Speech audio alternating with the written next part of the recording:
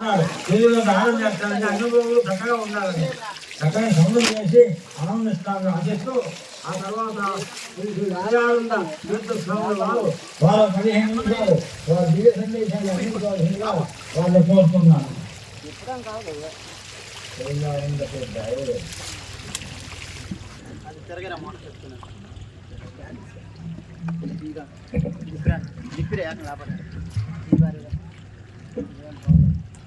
జయ జయ రామ జయ రఘురామ జయ జయ రామ జయ రఘురామ జయ జయ రామ జయ రఘురామ జయ జయ రామ జయ రఘురామ జయ జయ రామ జయ రఘురామ జయ జయ రామ జయ రఘురామ జానకి రామ శ్రీ రఘురామ పశుపతి రంజన పావన రామ పశుపతి రంజన పావన నామ పశుపతి రంజన పావన రామ పశుపతి రంజన పావన రామ పాప విమోచన తారక నామ పాప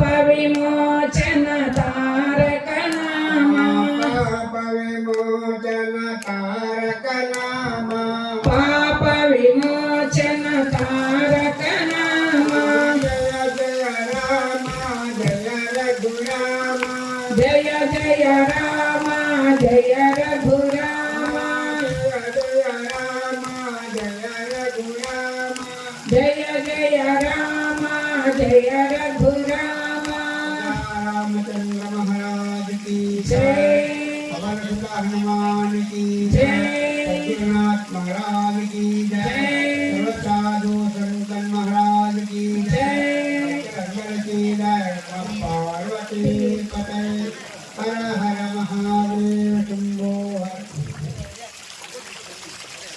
अष्टभुजं भगवान सत्यानुवाद करनारंगा प्राणिको విక్రాంగ స్వామి పరిషత్ అధ్యక్షుడు సూర్యపాదులు శ్రీ పరమాత్మ స్వామి వారికి వేదికను అలంకరించిన మహత్తులకు మాట్లాడించు అందరికీ నమస్సుమాలను సమర్పిస్తూ ఈ అందరి హృదయాలు దివ్యచైతన్యంగా ప్రకాశించే పరమాత్మకు నమస్కరిస్తూ సద్గురు దివ్యానుగ్రహం మనము భగవద్గీత సిద్ధాంత గ్రంథం అయితే భాగవతం అనుష్ఠాన గ్రంథం అండి. భాగవతంలో ఒక చక్కని పద్యం చెప్పారు, దాని గురించి వినిపించుకుందాం.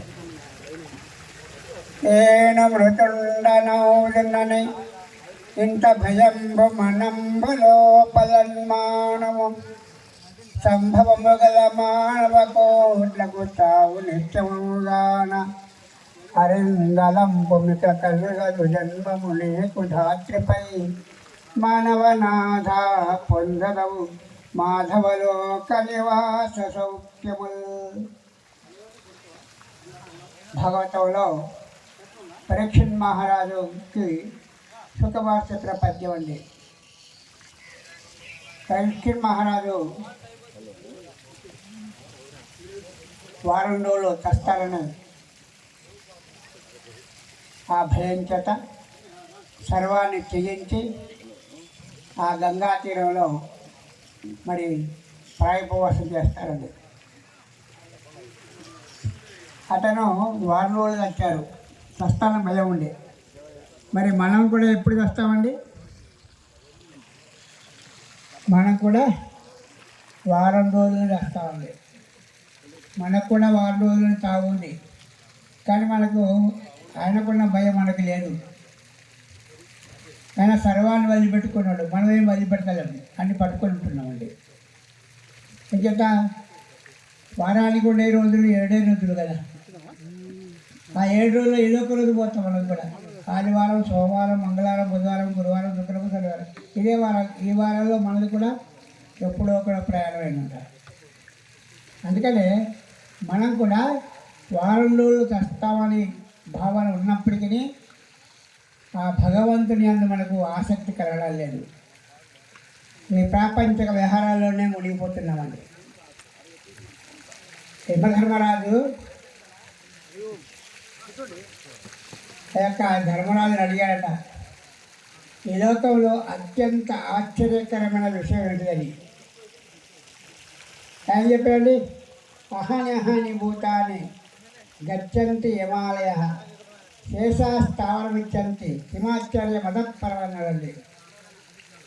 ప్రతిరోజు కూడా ఎంతోమంది చనిపోతూ యమాలయానికి పోతుంటే వాళ్ళు సరిగా మందులు వాడుకోలేదు, సరిగా ట్రీట్మెంట్ చేసుకోలేదు, అందుకని వాళ్ళు చనిపోయారు. నేను మాత్రం చక్కగా గట్టిగా ఉన్నాను, నేను బాగా జాగ్రత్తగా ఉన్నాను, నేను చేస్తాను అనుకుంటాడే.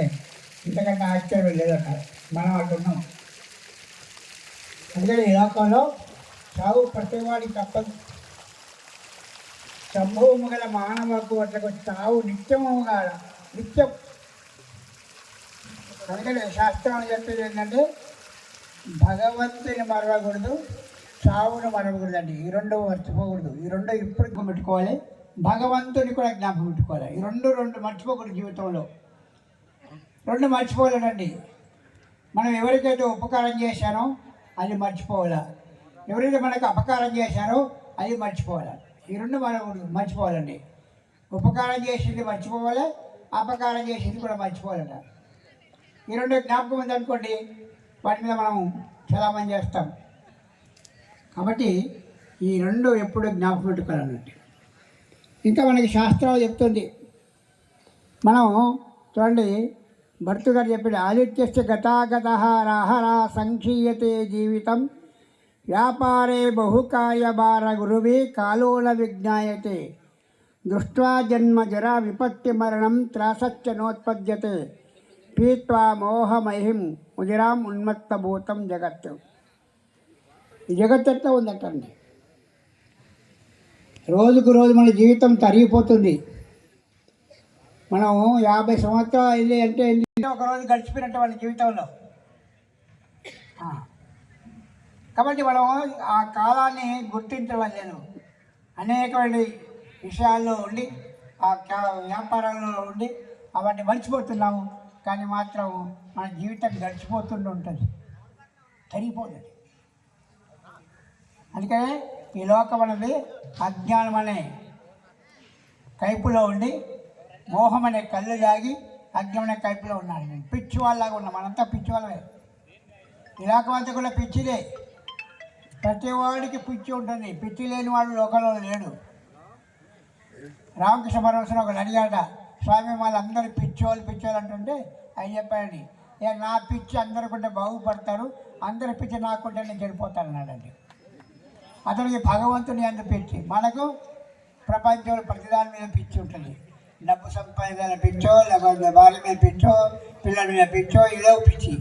ఈ పిచ్చి మనల్ని పాడు చేస్తుంది. అందుకని భగవంతుని మీద పిచ్చి ఉండాలి. భగవంతుని పొందాలా, భగవంతుని దర్శించాలా, భగవంతుని కోసం మన జీవితాన్ని